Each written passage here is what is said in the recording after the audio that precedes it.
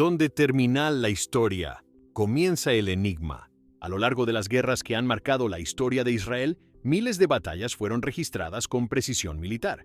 Sin embargo, entre informes oficiales, archivos clasificados y testimonios de soldados, quedaron episodios que nunca recibieron una explicación clara.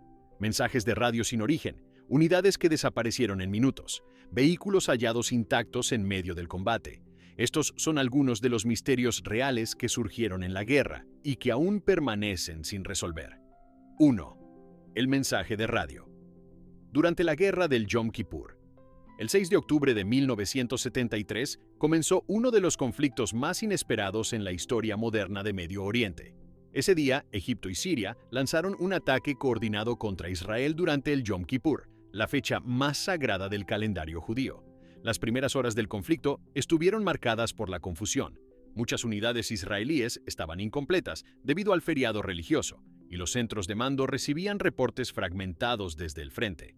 En medio de ese caos inicial, ocurrió un incidente que más tarde aparecería en varios testimonios de soldados y operadores de radio, aunque nunca fue aclarado oficialmente.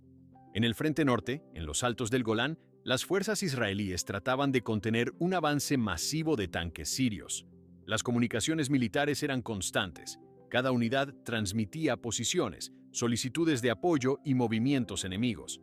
En ese contexto saturado de mensajes, operadores de radio de al menos 2 unidades distintas comenzaron a escuchar una voz que transmitía órdenes claras en hebreo militar. La voz utilizaba terminología táctica precisa y hablaba con autoridad, como si perteneciera a un comandante experimentado. Según los reportes posteriores de los soldados, la voz apareció por primera vez en una frecuencia que ya estaba siendo utilizada por varias unidades blindadas. No se presentó con un nombre ni con un indicativo oficial, simplemente comenzó a dar instrucciones. Indicaba rutas específicas para evitar zonas donde, según afirmaba, avanzaban columnas de tanques sirios. También señalaba puntos elevados desde donde se podían establecer posiciones defensivas más seguras. Al principio, algunos operadores pensaron que se trataba de un oficial de alto rango que había intervenido en la red de comunicaciones para coordinar movimientos urgentes. Durante las primeras horas del ataque, era común que oficiales de diferentes unidades tomaran el control temporal de frecuencias compartidas para reorganizar fuerzas dispersas. Sin embargo, pronto surgió una inconsistencia. Ninguno de los centros de mando identificaba a la persona que estaba hablando. En varias ocasiones, la voz volvió a aparecer con instrucciones breves. No hablaba durante mucho tiempo. Sus mensajes eran cortos, directos y siempre relacionados con movimientos tácticos inmediatos. Algunos tanquistas recordaron que la voz parecía conocer con precisión la ubicación de las unidades israelíes y también la dirección aproximada de los blindados sirios que avanzaban por el terreno. Uno de los episodios más citados ocurrió durante la noche del segundo día de combate. Una pequeña unidad de tanques israelíes se encontraba en una posición vulnerable cerca de una carretera que atravesaba una zona abierta del Golán. El comandante de la unidad estaba considerando avanzar para intentar frenar el movimiento de un grupo de tanques sirios detectados a la distancia. En ese momento, la misma voz apareció nuevamente en la frecuencia. Ordenó de manera firme que la unidad se retirara inmediatamente hacia una colina rocosa situada varios kilómetros al oeste. Según la transmisión, permanecer en la carretera significaría quedar expuestos a un ataque por los flancos. El comandante dudó durante unos segundos, pero finalmente decidió seguir la instrucción. La unidad se desplazó hacia la colina indicada. Aproximadamente 30 minutos después, observadores israelíes detectaron una columna de tanques sirios avanzando precisamente por la carretera que habían abandonado. De haberse quedado allí, los vehículos israelíes habrían quedado atrapados entre fuerzas superiores. Casos similares fueron mencionados por otros soldados en entrevistas realizadas años después del conflicto. Algunos afirmaron que la voz apareció varias veces durante las primeras 48 horas de combate. Siempre utilizaba el mismo tono tranquilo y profesional. Nunca se identificaba, nunca respondía a preguntas directas y nunca permanecía en la frecuencia por más de unos pocos segundos. Los operadores de radio intentaron en varias ocasiones pedirle que repitiera su indicativo o que confirmara su unidad, pero no recibieron respuesta. Después de emitir la orden o la advertencia, la señal simplemente desaparecía. Cuando la situación en el frente comenzó a estabilizarse y las fuerzas israelíes lograron detener el avance sirio, los informes de comunicación fueron revisados por oficiales de inteligencia militar. En ese momento surgió un problema evidente. Ninguna unidad reconocía haber transmitido esas órdenes. Ningún comandante admitió haber utilizado esa frecuencia para dirigir movimientos de otras unidades. Las grabaciones de radio de esos días eran incompletas. Muchas comunicaciones no quedaron registradas debido a la urgencia del combate y a las limitaciones técnicas de los equipos de la época. Algunos operadores aseguraron que intentaron rastrear la señal para identificar su origen, pero las condiciones del campo de batalla hacían casi imposible determinar desde dónde estaba transmitiendo. Años después, cuando algunos documentos militares del conflicto comenzaron a desclasificarse parcialmente, el incidente fue mencionado en conversaciones informales entre veteranos. Varios de ellos recordaban claramente haber escuchado la misma voz. Algunos afirmaban que las instrucciones que transmitía habían ayudado a evitar emboscadas o movimientos peligrosos. Sin embargo, en los archivos oficiales de la guerra no aparece ningún registro de un oficial asignado a coordinar esas transmisiones. Tampoco existe constancia de una unidad específica que operara bajo ese método de comunicación. La identidad de la persona que hablaba por la radio nunca fue confirmada. Ningún soldado aseguró haber visto al supuesto comandante en el campo de batalla. Ningún documento militar explica quién controlaba esa frecuencia en los momentos en que aparecía la voz. En medio de uno de los conflictos más estudiados del siglo XX, entre miles de informes, mapas tácticos y registros militares, quedó una serie de transmisiones que varios soldados recuerdan con precisión, pero que nunca pudieron ser atribuidas a ninguna unidad conocida. Durante las horas más caóticas de la guerra, alguien parecía conocer la situación del frente con una claridad inusual y transmitía órdenes que influían directamente en el movimiento de las tropas. Hasta hoy, la fuente de aquella voz que apareció en las radios militares durante la guerra del Yom Kippur permanece sin identificar. 2. El tanque sirio abandonado en los altos del Golán. Durante los primeros días de la guerra del Yom Kippur, en octubre de 1973, los altos del Golán se convirtieron en uno de los campos de batalla más intensos del conflicto. Las fuerzas sirias cruzaron la línea de alto el fuego con cientos de tanques y vehículos blindados, avanzando rápidamente hacia posiciones israelíes que estaban defendidas por un número mucho menor de unidades. El terreno rocoso y las colinas del Golán transformaron la zona en un laberinto de enfrentamientos cortos, emboscadas y movimientos improvisados. En medio de ese escenario, los soldados israelíes comenzaron a encontrar vehículos destruidos, equipos abandonados y restos de combates recientes en casi cada kilómetro del frente. 3 días después del inicio de la guerra, una patrulla israelí que avanzaba lentamente por una carretera secundaria al norte de Quneitra reportó el hallazgo de un tanque sirio aparentemente intacto. El vehículo estaba detenido al costado del camino, ligeramente inclinado hacia una zanja poco profunda. No había señales visibles de impacto directo, ni humo, ni fuego. Desde la distancia, parecía simplemente un tanque detenido después de una maniobra. Los soldados israelíes se acercaron con precaución. Durante ese periodo del combate, era común encontrar vehículos enemigos abandonados como parte de retiradas rápidas. Sin embargo, al llegar al tanque, notaron algo inusual. El motor aún estaba caliente.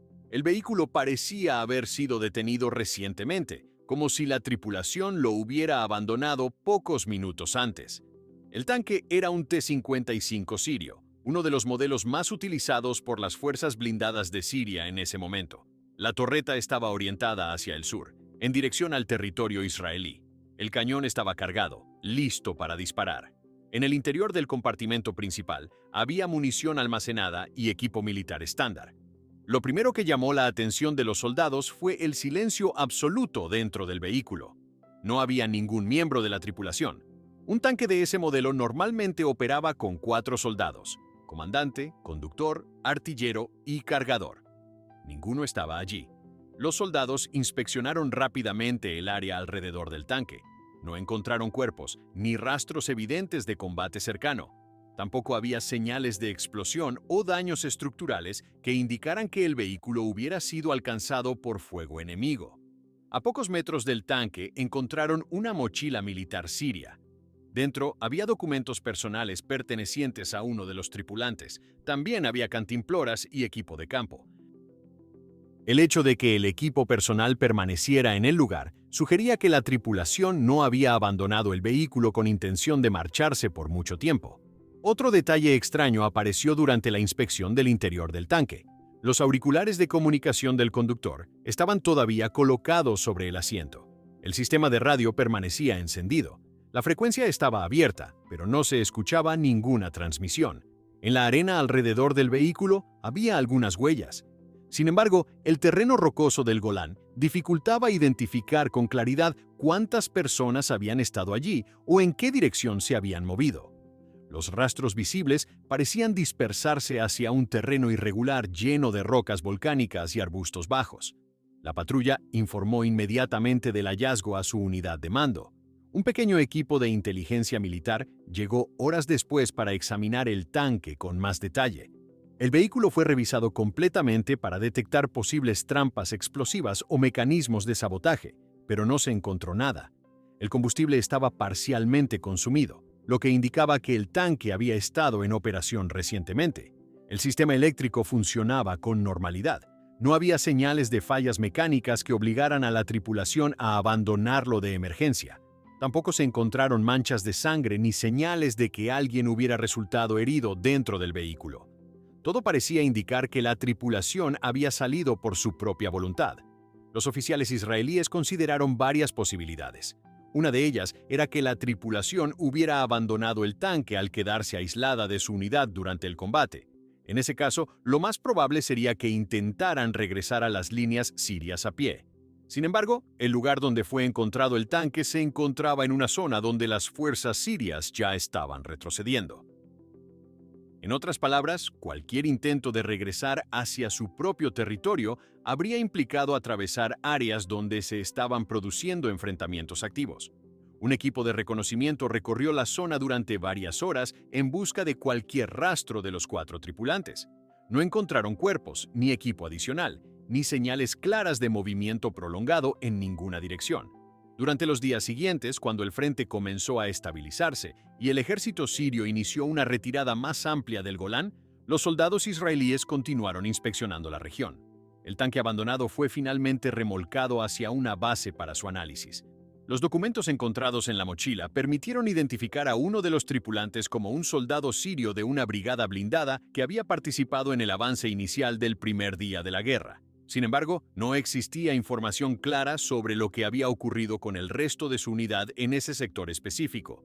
Después del conflicto, algunos investigadores militares israelíes intentaron reconstruir los movimientos de las brigadas sirias en ese punto del frente. Los registros indicaban que varias unidades habían sufrido grandes pérdidas durante los contraataques israelíes, pero no existía ninguna referencia directa a un tanque abandonado en esa ubicación exacta. Con el paso del tiempo, el incidente quedó como una pequeña nota dentro de los numerosos episodios extraños de la guerra. En un conflicto donde cientos de tanques fueron destruidos o capturados, la desaparición de 4 soldados podía parecer un detalle menor.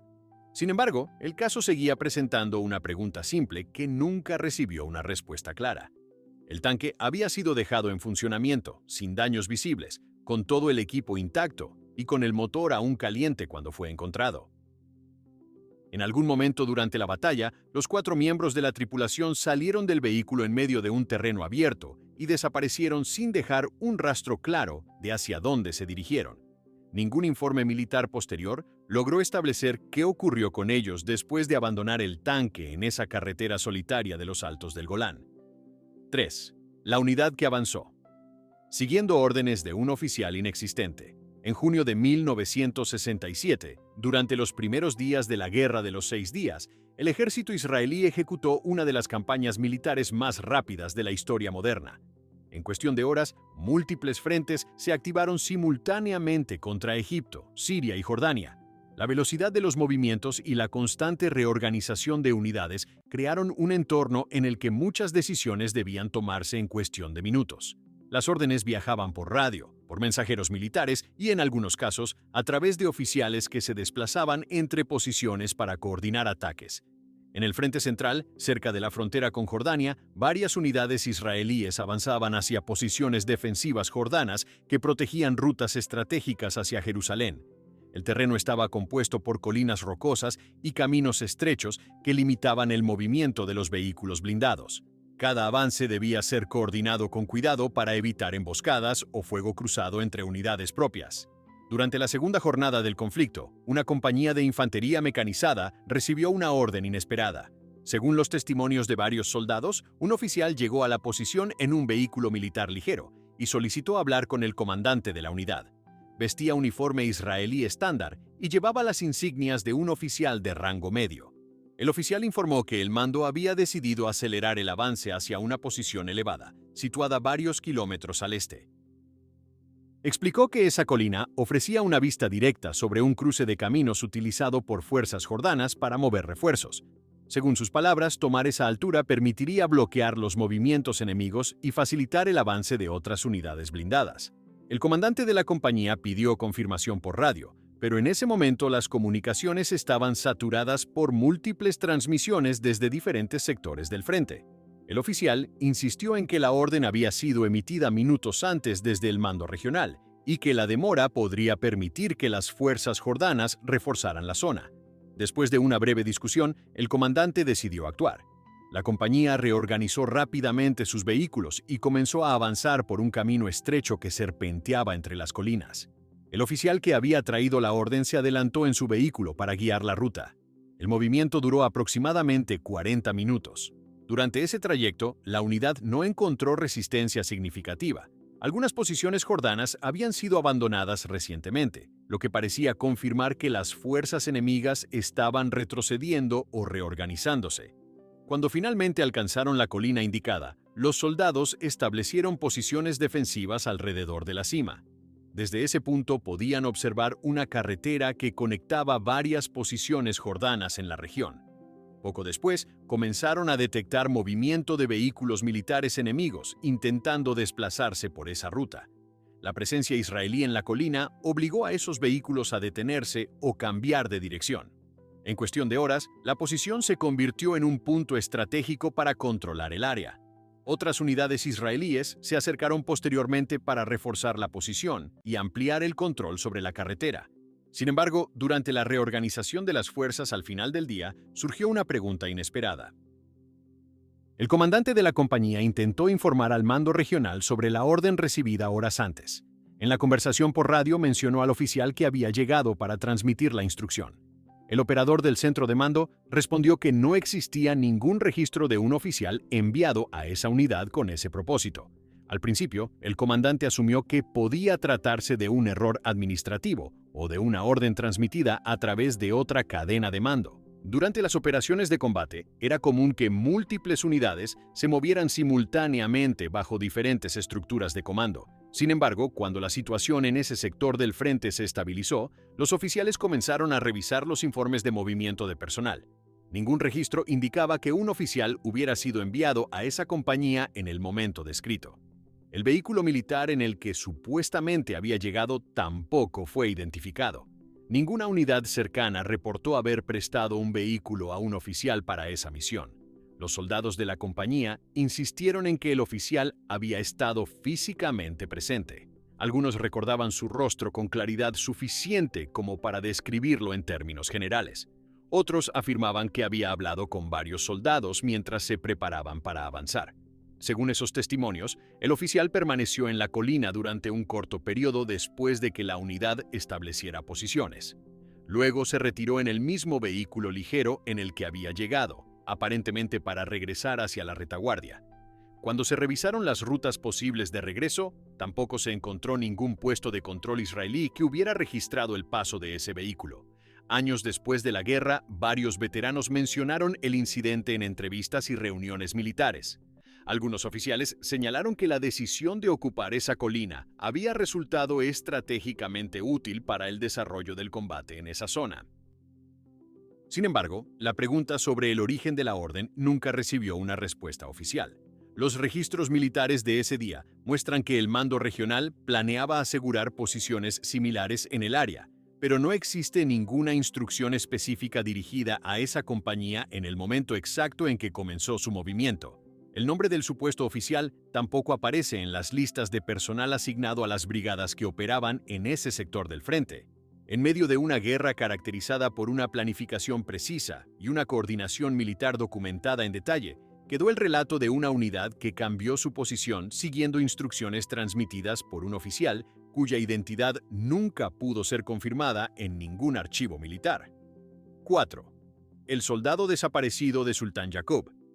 En junio de 1982, durante la Guerra del Líbano, el ejército israelí lanzó una ofensiva terrestre que avanzó rápidamente hacia el Valle de la Bekaa. La operación, conocida por Israel como parte de la campaña Paz para Galilea, buscaba expulsar a las fuerzas de la Organización para la Liberación de Palestina del sur del Líbano.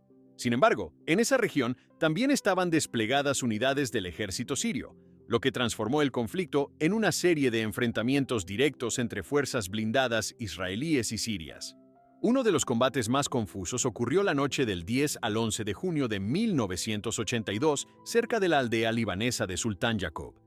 En ese punto del frente, una columna israelí compuesta principalmente por tanques y vehículos blindados avanzaba por un valle estrecho rodeado de colinas.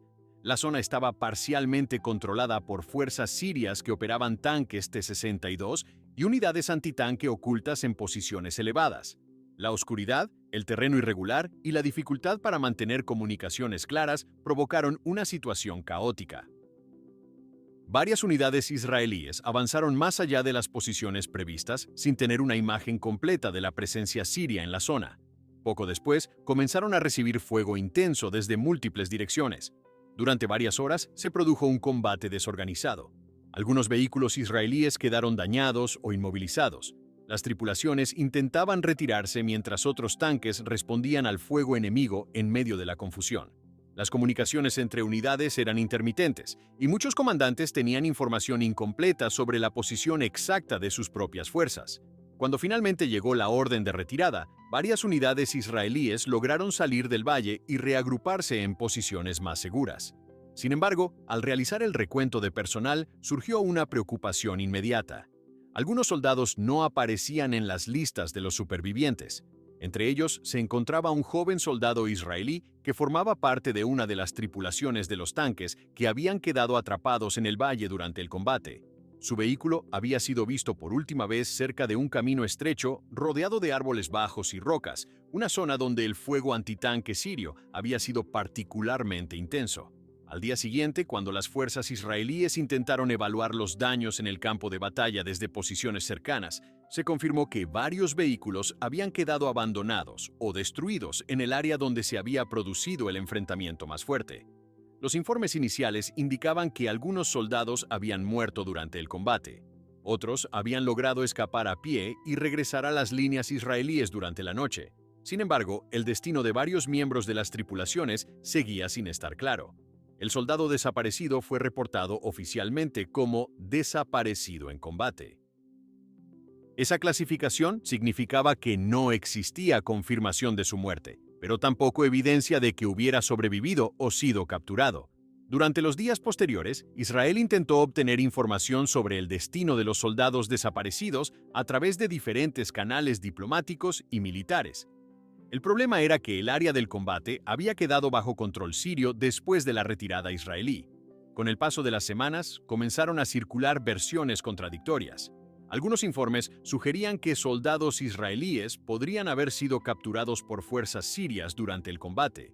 Otros indicaban que combatientes de milicias locales libanesas también habían estado presentes en la zona durante la batalla. Las autoridades israelíes iniciaron una investigación extensa para reconstruir lo ocurrido durante las horas críticas de esa noche. Los testimonios de los sobrevivientes describían un combate extremadamente confuso, donde muchos soldados habían tenido que abandonar vehículos dañados y desplazarse a pie bajo fuego enemigo. Algunos soldados afirmaron haber visto a compañeros tratando de salir de los tanques en medio del caos, pero la oscuridad y el humo dificultaban reconocer con precisión quién era quién. Con el paso del tiempo, 2 de los soldados desaparecidos fueron identificados posteriormente gracias a información obtenida años después. Sin embargo, uno de ellos continuó sin ser localizado. Durante décadas, el caso permaneció abierto dentro de las investigaciones militares israelíes sobre soldados desaparecidos en combate. Diversas misiones de búsqueda, negociaciones diplomáticas e intercambios de información con diferentes actores de la región intentaron arrojar luz sobre lo ocurrido en Sultán Yaqub. En algunos momentos surgieron indicios que sugerían que el soldado podría haber sido capturado y trasladado fuera del campo de batalla. En otros momentos, nuevas revisiones de los registros del combate parecían indicar que había muerto en el enfrentamiento sin que su cuerpo pudiera ser recuperado. El problema principal era la falta de evidencia directa. No existían fotografías, registros de prisioneros confirmados, ni testimonios verificables que establecieran con claridad qué ocurrió con él después de que su unidad quedara atrapada en el valle. El terreno donde se desarrolló la batalla también cambió con el paso de los años. Algunas áreas fueron modificadas por nuevas construcciones, caminos o actividades agrícolas, lo que dificultó aún más cualquier intento posterior de búsqueda física. Para la familia del soldado desaparecido, el caso quedó suspendido en una situación incierta. Sin confirmación de muerte ni prueba de supervivencia, su nombre permaneció durante años en la lista de militares cuyo destino final no había podido determinarse. La batalla de Sultan Yaqub continúa siendo recordada como uno de los enfrentamientos más complejos y confusos de la Guerra del Líbano de 1982. Entre vehículos destruidos, posiciones abandonadas y relatos fragmentados de los sobrevivientes, quedó el registro de un soldado cuya presencia se perdió en medio del combate y cuyo destino nunca pudo ser establecido con certeza. 5. La base militar evacuada en el Sinaí. En octubre de 1973, durante las primeras horas de la Guerra del Yom Kippur, el desierto del Sinaí se convirtió en uno de los principales frentes del conflicto entre Egipto e Israel. A lo largo del Canal de Suez, Israel había construido una serie de posiciones defensivas conocidas colectivamente como la Línea Bar-Lev. Estas fortificaciones consistían en puestos fortificados, búnkeres, trincheras y pequeñas bases militares diseñadas para observar el canal y retrasar cualquier intento de cruce por parte del ejército egipcio. Cada posición estaba ocupada por pequeños destacamentos de soldados encargados de vigilar movimientos en la orilla occidental del canal. La mayoría de estas bases contaba con equipos de radio, armamento pesado limitado y reservas básicas de alimentos y munición. En teoría, estas posiciones debían resistir hasta que unidades blindadas israelíes pudieran llegar desde el interior del Sinaí para reforzarlas. El 6 de octubre de 1973, cuando Egipto inició su ofensiva sorpresa, la mayoría de los puestos de la línea Bar-Lev se vieron rápidamente bajo presión. Las fuerzas egipcias lanzaron un intenso bombardeo de artillería seguido por el cruce masivo de tropas a través del canal. En cuestión de horas, varias posiciones israelíes quedaron aisladas o rodeadas. Sin embargo, en medio del caos de ese primer día de combate, un episodio llamó la atención de algunos oficiales israelíes que más tarde revisaron los informes del frente. En un sector al sur del canal, una pequeña base de observación israelí había estado operando normalmente durante las horas previas al inicio del ataque.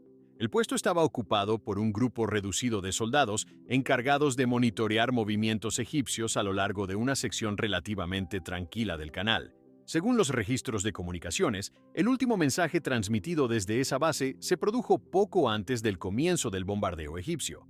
En la transmisión, los operadores informaron que la situación parecía normal y que no habían detectado movimientos inusuales en la orilla opuesta.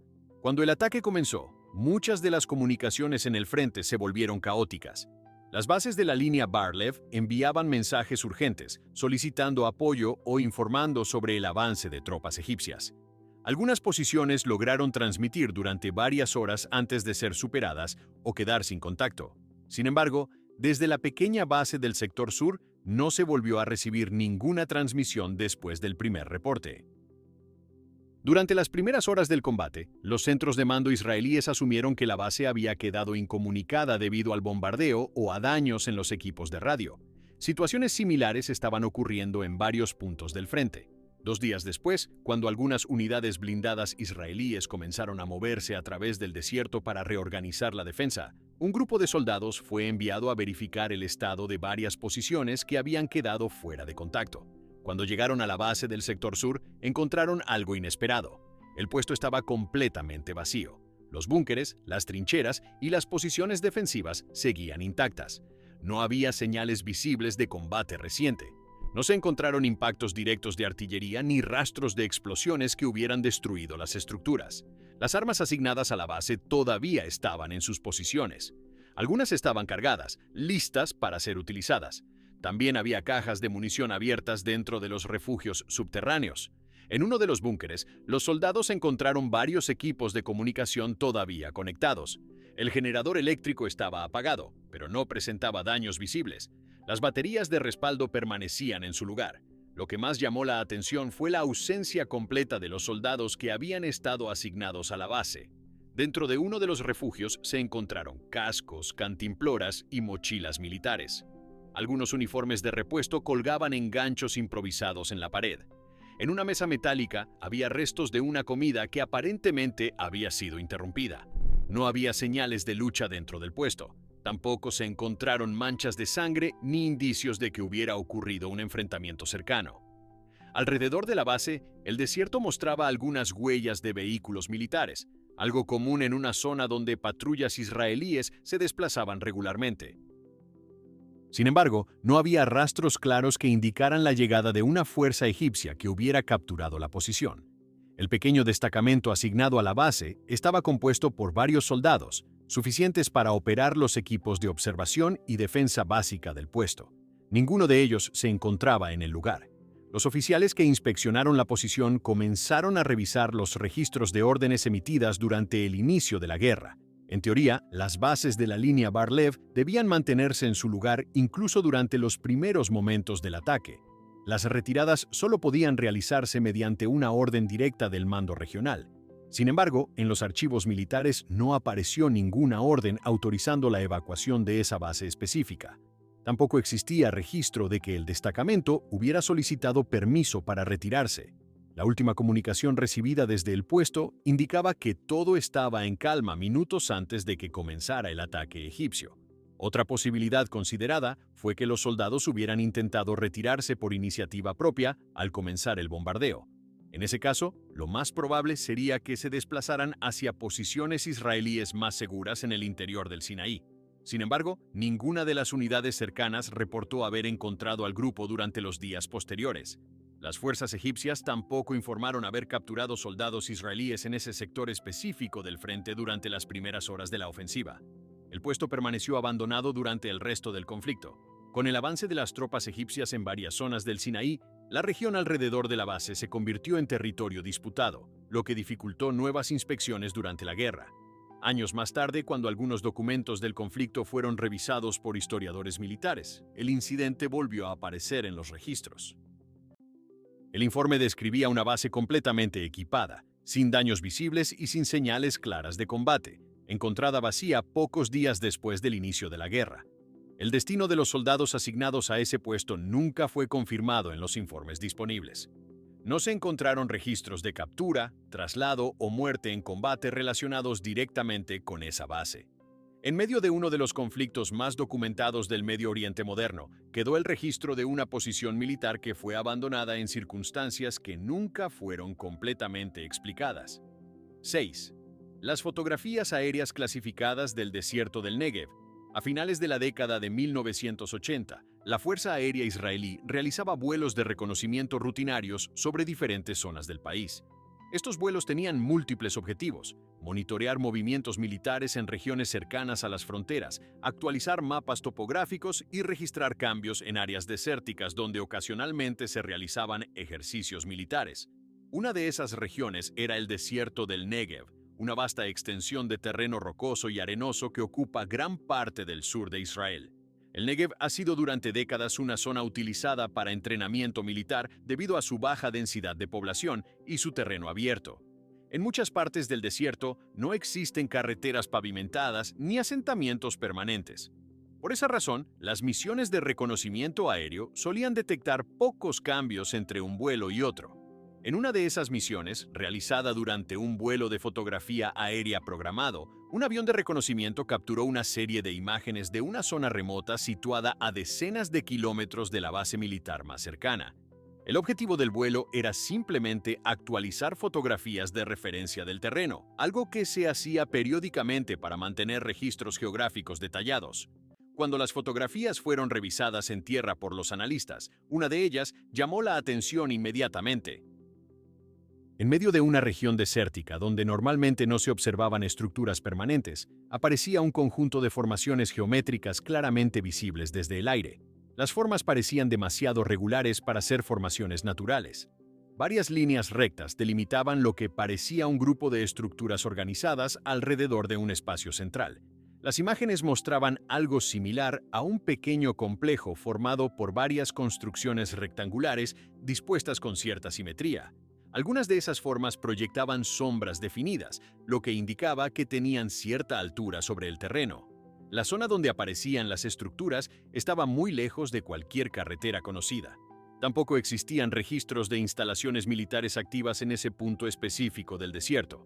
Inicialmente, los analistas consideraron que podría tratarse de una instalación temporal utilizada para entrenamiento militar. Sin embargo, al revisar los archivos logísticos, ninguna unidad había reportado la construcción de estructuras en esa región durante ese periodo.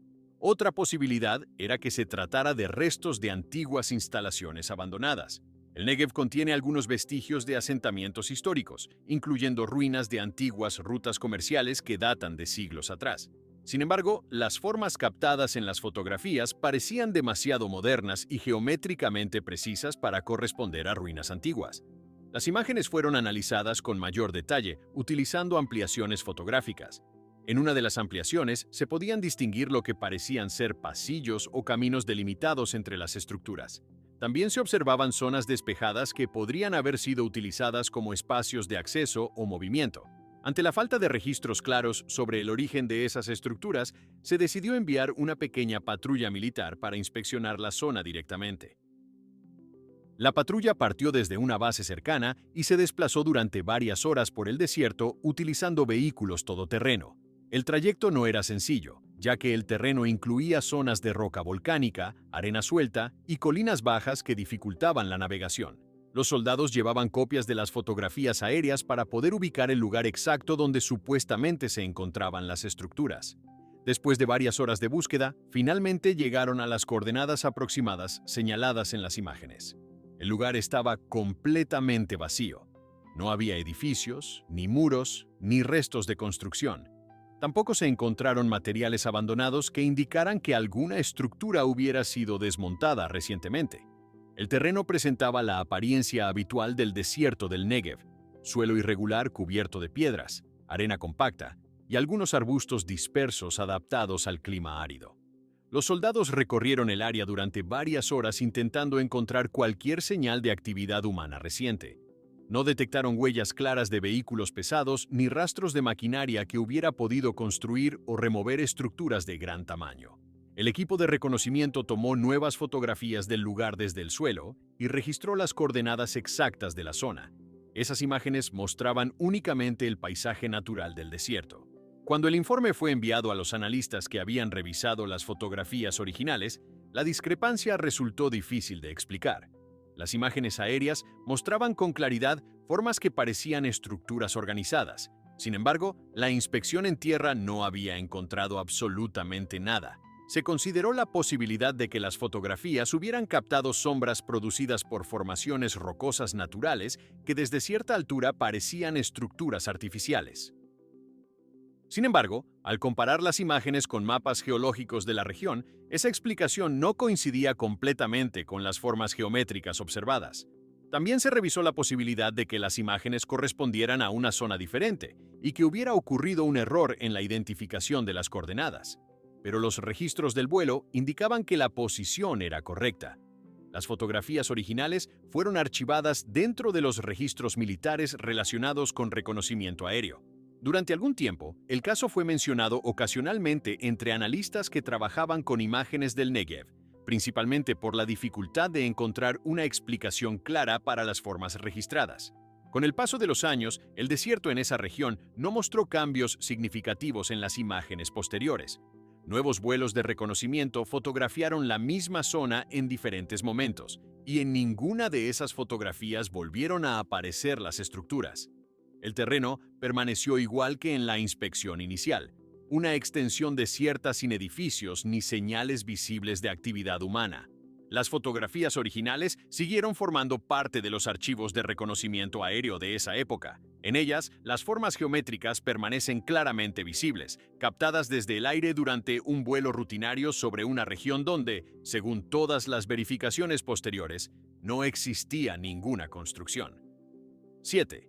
La señal de radar. Durante un combate aéreo en 1973. Durante la Guerra del Yom Kippur, en octubre de 1973, el espacio aéreo sobre el Medio Oriente se convirtió en un escenario constante de enfrentamientos entre aviones de combate israelíes y fuerzas aéreas árabes. Las misiones aéreas se realizaban a gran velocidad y bajo condiciones de extrema presión. Los pilotos dependían en gran medida de los sistemas de radar instalados en sus aviones y del apoyo de controladores en tierra que monitoreaban los movimientos en el aire.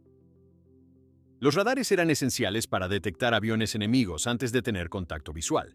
En muchos casos, los pilotos israelíes interceptaban aeronaves egipcias o sirias guiados únicamente por las señales que aparecían en sus instrumentos. En una misión realizada durante los primeros días del conflicto, una pareja de aviones israelíes realizaba una patrulla de combate sobre una zona del norte de Israel cercana al frente sirio. La misión tenía como objetivo interceptar cualquier aeronave que intentara cruzar la frontera hacia territorio israelí.